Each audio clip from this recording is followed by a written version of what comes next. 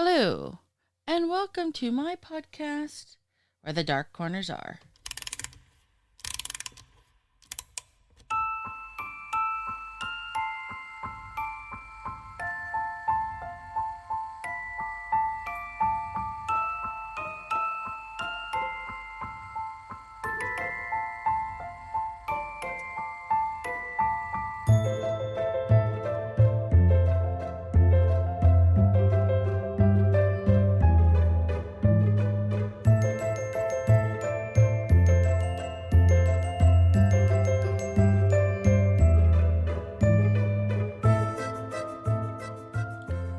Hello. Thank you for joining me once again.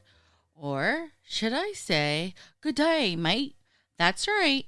Tonight we are heading to Hobart, the capital of Tasmania, Australia.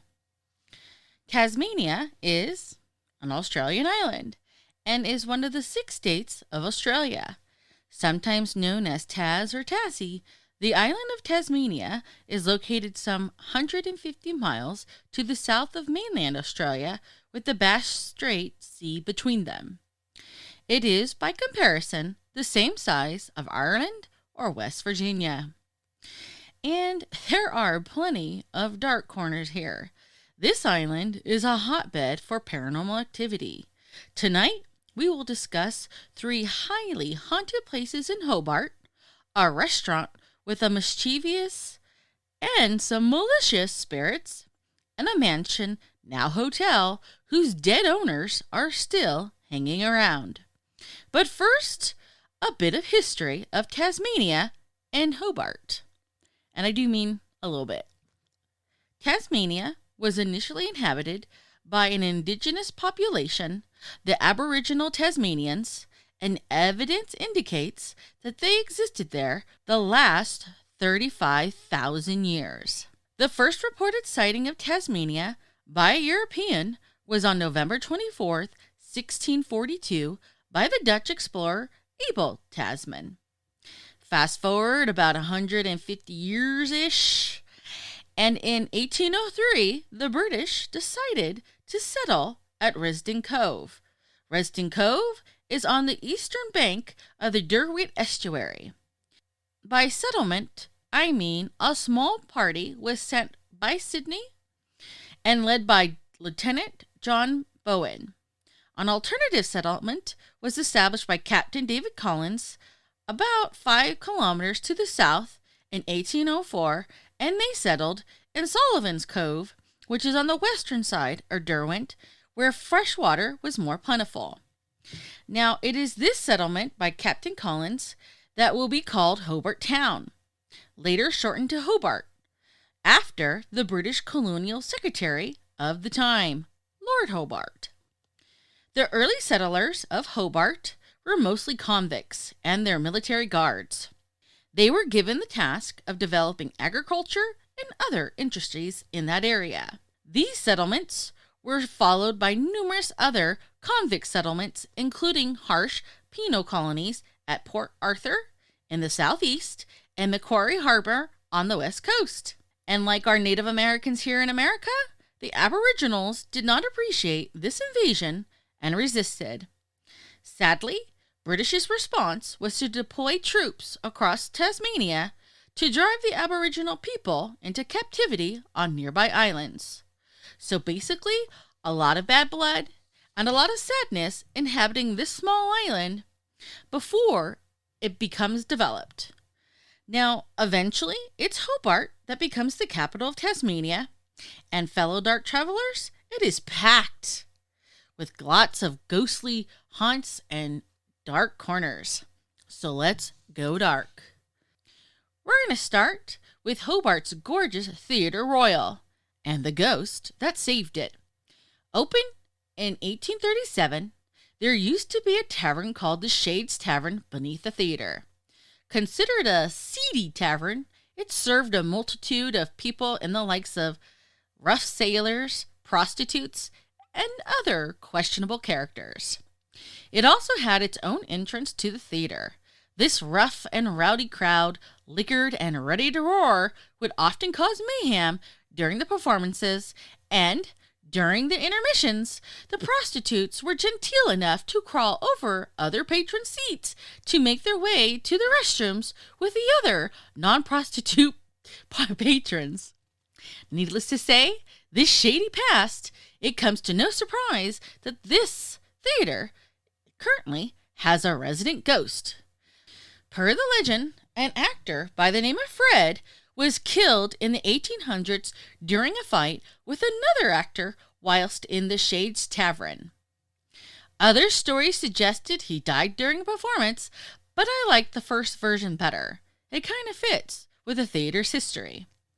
Anywho, since then, good old Fred, decked out in old-fashioned clothes, has been seen wandering through the aisles, has been seen in the basement, has been heard calling actors' names backstage, and has been known to poke people in the back. And if you're there too late for his liking, Fred will tell you to get out. That's my best Amityville horror, get out. So, okay. Anywho, many actors have claimed to have spotted Fred watching them on stage during rehearsals. He is also blamed for occasional cold chills, slamming the doors around the theater. But in 1984, good old Fred becomes a hero. That's right. The theater was nearly gutted by a fire. According to the legend, good old ghosty Fred saved the historic building by dropping the curtain fire onto the blaze, which basically contained the fire and prevented further damage. It took $1 million and nearly 2 years of restoration to get this beauty back up and running, as it should. Through the years, many famous actors and actresses have graced this theater. And we're talking such actors and actresses as Laurence Olivier, Vivien Leigh, Michael Redgrave, Lillian Gish, Peter Ustinov, which I probably mispronounced, Marcel Mosel, and many, many more. Now, I've never been to Australia. Needless to say, I've never been to Tasmania either. However, if you get to this place of history and beauty, and soon, I highly recommend you taking the time to catch a performance here, because I personally do believe in supporting your local arts, especially the theater. Now, I checked their schedule, and the most awesome news ever, on Halloween, they are doing the Time Warp again. That's right, they're going to do the Rocky Picture Horror Show. And if you get there after Halloween, they're doing an interesting play titled Brian, the Bitch, and the Wardrobe. The Lion, the Witch, and the Wardrobe much? Apparently not. Anywho, for this performance, tickets are $45 and must be purchased online and in advance. Best news, you can also take a tour. Tours are on Monday, Wednesdays, and Friday at 11 a.m. The cost of a tour is $15 for adults, $12 concession, and $10 for kids. The tour will take about 60 minutes.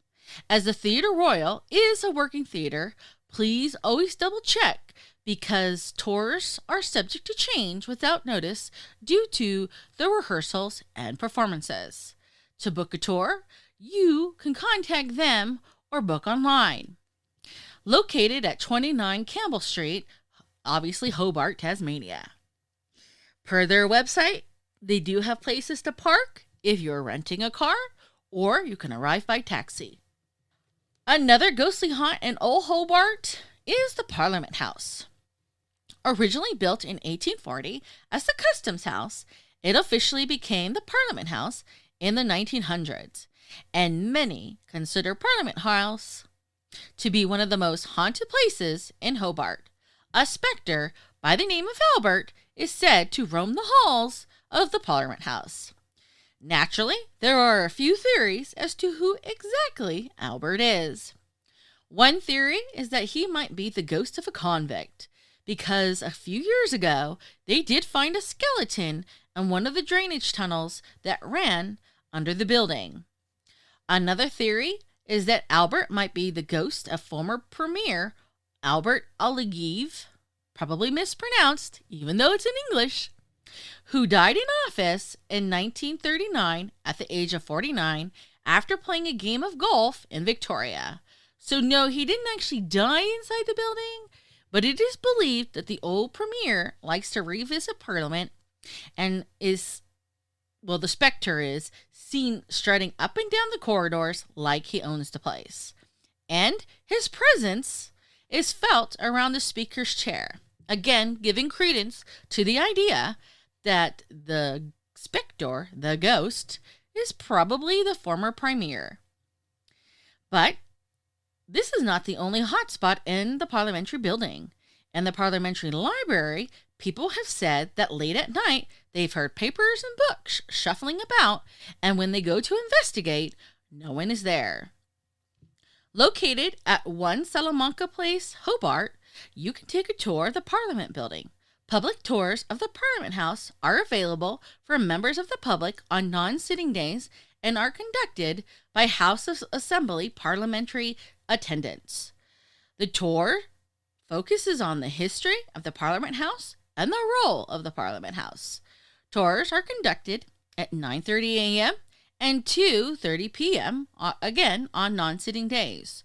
It is suggested that you call ahead to check tour availability. All tours are free of charge. Okay, so we talked about plays and we talked about politics. Let's talk about prisons. As previously mentioned, Tasmania was a penal colony, and every penal colony has had its fair share of prisons. For Hobart, it's the Hobart Convict Penitentiary, aka the Penitentiary. This place had more than 40,000 convicts pass through it.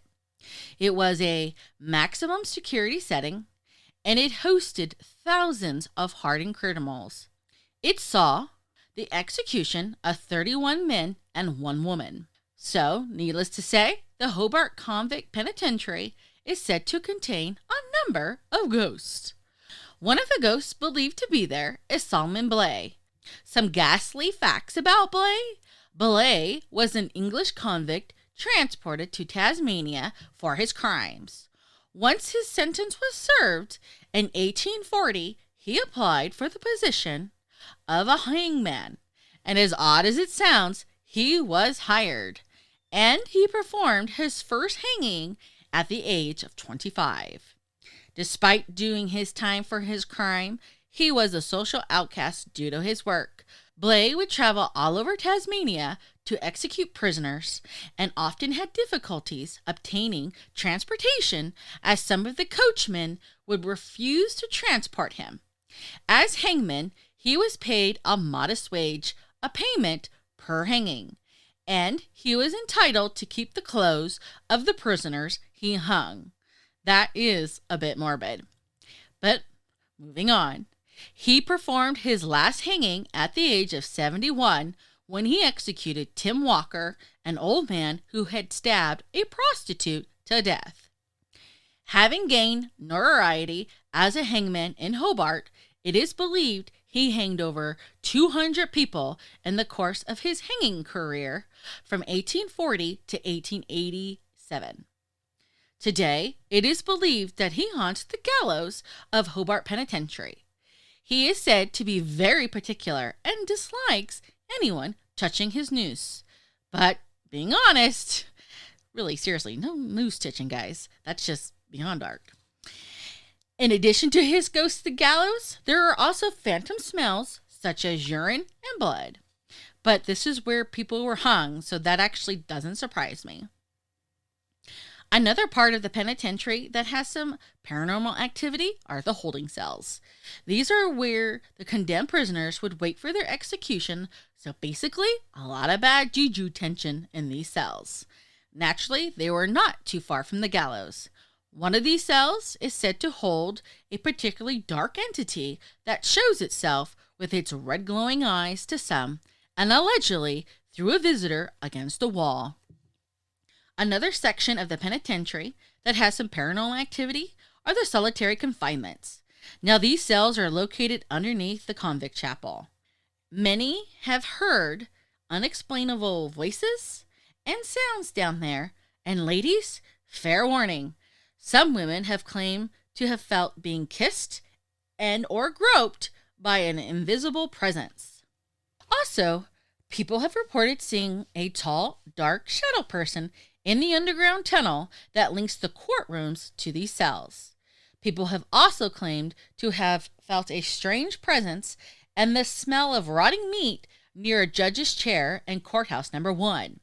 Apparently, a judge passed away from a heart attack there many, many years ago. As for the chapel itself, staff members have come to refer to a ghost haunting this particular area as Ivy, even though some research suggests her name may in fact be Sarah. She is usually smelled rather than seen, manifesting the scent of lavender perfume, which also tends to drift into other parts of the building. But for all the misery associated with this site, Ivy/Sarah's feminine presence tends to be regarded as a benign one. She has also been known to open and close doors, and you can sometimes hear her coming down the hall with the sounds of her long skirts swishing. Now, Miss Ivy, she has her own room. It houses several display cases of historic artifacts and a couch referred to as Ivy's couch. And apparently, Miss Ivy is rather particular about her couch, as she one time told a woman resting on it in an angry voice to get out. Lots of getting outs in Hobart, but that's the story. Now, after the convict transportation ceased, it became the Hobart goal for a century, basically the jail. Today, it is a museum. Courtrooms, underground tunnels, and gallows are also part of this museum. The museum is operated by the Tasmania National Trust, and the Tasmania National Trust offers a few tours. One is the Hobart Convict Penitentiary Ghost Tour. This tour offers stories of what goes bump in the night at the remains of the penitentiary chapel and criminal courts when all the lights are turned off. The tour itself is 90 minutes and it costs $30. And we're talking, obviously, Australian dollars. They also offer the Hobart Gallows Walk. You will be immersed in the lives of the convicts, walk their streets, step into their solitary cells, and find out how and why so many of them were launched into eternity. Now, this tour is 120 minutes, and it's $38. Now, the Hobart Gallows Walks operates between Tuesday to Sunday, and tours begin at 10 a.m., 12 p.m., and 2 p.m. The ghost tours operate from Thursday to Saturday at 8:30 p.m. It is closed on Mondays and public holidays. For the ghost tours, general admission adults, $25, 18 for concessions or National Trust members, 15 for children, and $65 for families. So obviously, the Hobart Convict Penitentiary Ghost Tour is late at night, which is awesome. So we've covered the 3 main P's. That's right, plays, politics, and prisons. Let's talk food. You like food, I eat food, we all food for food. That's right. Anywho, in Hobart, the hauntedest place to eat is the Drunken Admiral. A little history. In 1869, George Peacock was in the jam-making business, moving his operations to a warehouse on Old Wharf. Eventually, a 12-year-old Henry Jones began working at the factory. It is this Henry Jones, not Indiana Henry Jones Jr., who later buys the jam business and makes H. Jones and Company jams. Down the road, it eventually will be refashioned into the restaurant, the Drunken Admiral. Now, the owner of the Drunken Admiral says that patrons have seen Sir Henry Jones in the nearly 200-year-old building. He is seen to be wandering about and probably wondering what happened to the jam and why people are sitting on the jam job. He's been known to appear to customers and staff alike. He would be the gentleman with a gray beard and appears to be very upset about what is happening at the restaurant. But Henry is not alone. Another spirit dwells in the eatery, and that is of a little girl known as Millie. Millie is reported to be about 9 years old with red hair and a white bonnet. Known as a trickster, she will play pranks on the staff of the Drunken Admiral. She likes to cause a bit of trouble, especially around the kitchen. She's been known to untie the straps of aprons of staff. She's been known to turn off the gas while the chefs are cooking. And she's been known to relocate things. Sadly, these two are not alone. There is a legend of a Chinese man who was found hanging in the courtyard behind the building in the 1880s, but it was never clear whether he was murdered or whether or not he committed suicide. However, since this bit of a mystery, there have been several sightings of a Chinese man wandering the courtyard and vanishing into a wall. Now, this wall that he is vanishing into is also the back of the ladies' room, which has led to some scary moments for those ladies using the restroom.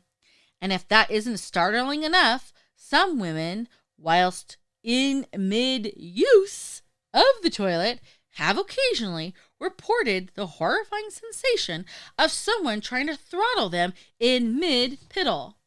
In fact, as recent as 2008,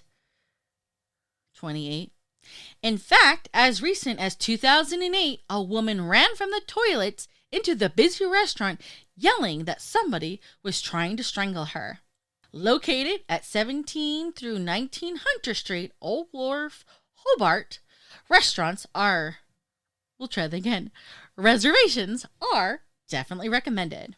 Okay, we've covered haunted places, we've covered haunted foods.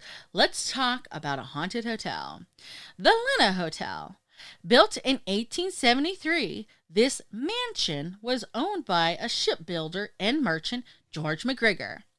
Mr. McGregor was also sure to add a turret to the roof of his home so that he could see the ships arriving from London. Mr. McGregor died in 1896 at his home of natural causes. But Mrs. McGregor, Harriet, her death has a bit of a mystery to it, and it's a little darker. There are some accounts stating that she committed suicide by jumping from the great heights of the Lena. But there is nothing in the history books confirming this. However, it is believed that the couple that stays together haunts together. Yep, that's right. The Lena Hotel, bar and restaurant, is haunted. The turret, the place where Mr. McGregor used to watch for ships arriving, is considered the most haunted spot. Both Alexander and Harriet have often been seen there, as well as heard their unmistakable footsteps pacing the wooden floor when no one else is around. But this haunting couple have also been seen and heard throughout other parts of the mansion as well. And despite the fact that the staff will decline to discuss Alex and Harriet, the staff is definitely aware that Alex and old Harriet are still there. Located at the corner of Runnymede Street at Salamanca Place, in order to stay here, you obviously need to make some reservations.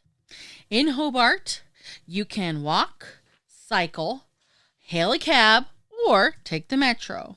And as always, double check your routes and schedules before you plan your dark travels. Okay, so my dark traveling friends, that is all I have for Haunted Hobart. However, if you have a place that you would someday like to see their dark corners or have a specific tourist attraction in mind, send me an email at wherethedarkcornersare@gmail.com. So until next time, please remember, only the few can find the beauty in the darkness, which is why I hope to meet you where the dark corners are.